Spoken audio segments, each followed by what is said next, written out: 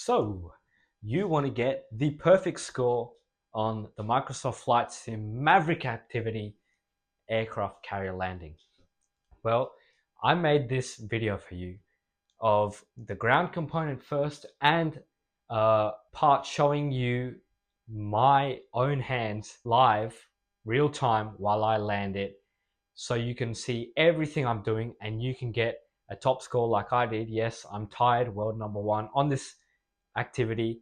It's not hard. It takes a bit of practice and patience, but let's go through the ground component, and in a sec you'll see the actual flight component. You can put them together and get a perfect score.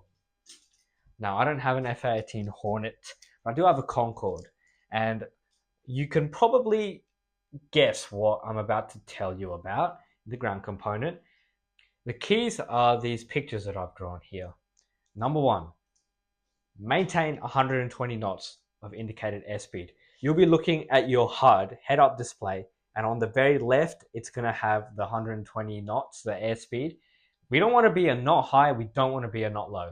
We do not want to get to 119 knots and definitely not 121 knots.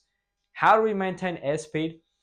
Well, in this context, we maintain it with a mixture of pitch and with thrust. Of course, this activity is for more advanced pilots. They'll have an understanding of how to manipulate all of this. So I'm just going to go through what I did, which made it work for me. So step one, 120 knots, not one knot high, not one knot too low. Next step is to do with this guy. This is a velocity vector. If you know anything about physics, velocity is a vector and it's the rate of change of displacement over time. In other words, it's an arrow of where we're going, how fast we're going. And over here, as you can see, we want our velocity to be aimed at the ship. We don't want it to be up here and we don't want to be down into the water. We're not a boat, we're an airplane. So we want to be aiming for the ship. Thankfully, the head-up display, pilot's best friend, very, very useful because it has this guy, the velocity vector. And what that is, it takes your current configuration, your airspeed, your energy, and if you were to keep flying at that exact configuration, it shows you where you would end up. So the next logical step then is to aim that at the ship. And hopefully if you maintain that configuration, you will land on the ship. Now, up here, you might recognize this. It's at the left of your cockpit kind of workspace, and it's your angle of attack. When we're coming down onto this ship, we're maintaining an angle of attack. The angle of attack is, of course, nothing but the angle between the relative wind and the wing chord. Again, advanced pilots will know about this, so I'm not going to go into too much depth. I do have videos on my Insta and my YouTube if you want to know what that is, so you do check them out. But we do want to maintain an angle of attack, and it is going to be an orange ball, which tells us if we're on angle of attack. I don't have an orange texture, but you want to see a circle. You don't want to see a green triangle up there because that means we're too high of an angle of attack. You don't want to see that red triangle down there. It means we're too low of an angle of attack. In all honesty, if we don't do much with the yoke and just maintain 120 knots and a velocity vector on the ship, we will 9 times out of 10 be at the right angle of attack. That's a secondary effect. What we do want to control are these two things. Now, the third factor, the ball. It's a yellow ball. You all know what it is. I don't have a yellow texture, but the ball is the glide slope that we need to maintain. And in fact, it looks a little bit more like this, that accurate glide slope. And the airplane is going to have to be on that glide slope the whole time. We're too high, this ball is going to be too high. It's going to show us we're too high. We're too low, the ball is going to be too low. If we maintain that ball in the center, we're going to be on the perfect glide slope. And we want to maintain it all the way down to the deck. Now that's pretty much all I have, but there's one key thing to finish off this ground component, which you need to understand, which is an aircraft carrier recovery is not really a landing. It's a controlled collision with the aircraft carrier deck. What does that mean, Rachel? All landings are controlled collisions with something. The point I'm trying to make is that there is no step 2, step 3, step 4. In a normal landing, when say we're landing this guy, We're coming down, maintaining, reducing speed, flare once we get close, 50, 40, 30, 20, flare, 10. All right, there, reverse thrust. But when we're landing on the carrier, there's none of that. There's literally maintain the ball, maintain your speed, maintain your angle of attack, the velocity vector. Just do that and crash into the carrier successfully.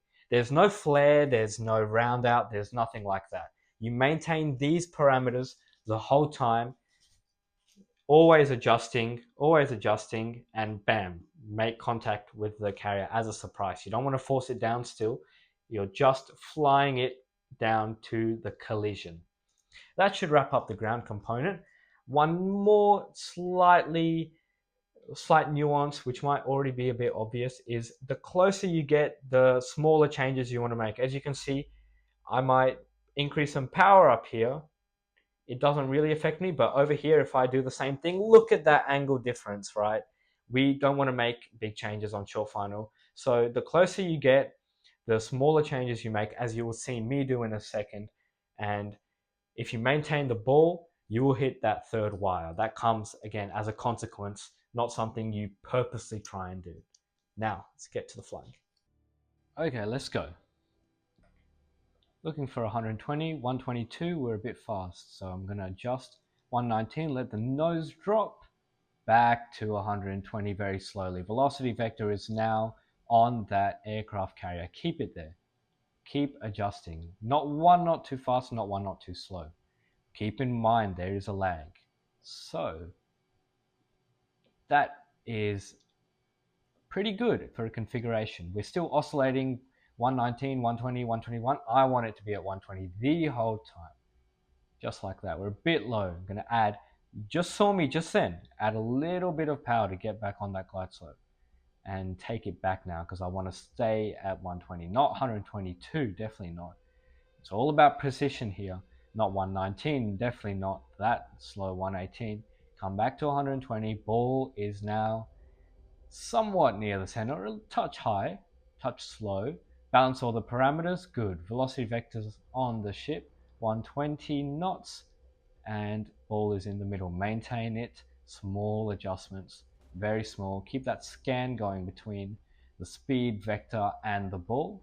Those three very important things. Maintain a configuration now. Don't chase your tail. Make one change and watch the delayed effect of that change. Okay, now I'm going to make another change. Now that change is going to come in a little bit delayed too. I want to come back to that configuration. Very important you make tiny changes here. Am I doing that very well right now? Not really, but I will still put this bird on the ship, albeit not my best effort, but we have landed. And would you look at that? Caught Y3 it seems. And we've got a decent score because we did the right things. Not as hard as it seems. The main thing, the first steps that you want to do, get on 120 knots and get that velocity vector on that ship's deck. And as soon as you see the ball, all you have to do is adjust just so you're on that glide slope. But same configuration, 120 knots, velocity vector on that ship, right on it, on the deck, where you want to put the wheels down. And the ball will help you hit that wire 3. And you want to be as precise as possible. Like center, when I say ball in the middle, ball has to be in the middle. So watch my hand as I'm making these changes. One very, very important thing to consider is that there is a lot of lag. You make a correction, it will only come into effect about a second and a half later. That's something you've got to get used to. Can't really express that over the screen, but you can see what I'm doing with my hands and how I'm going to get this airplane on that ship. So there we go, 120 velocity vector on the deck, ball in the middle. Do my very best to maintain that.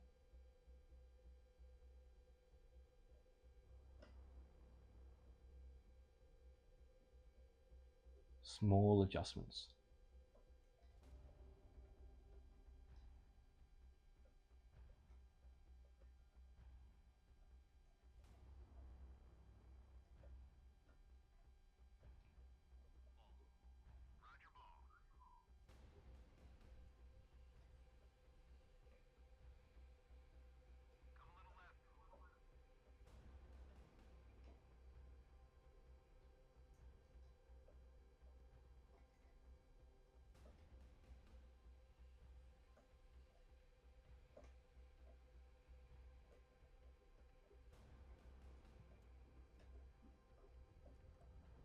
There we go.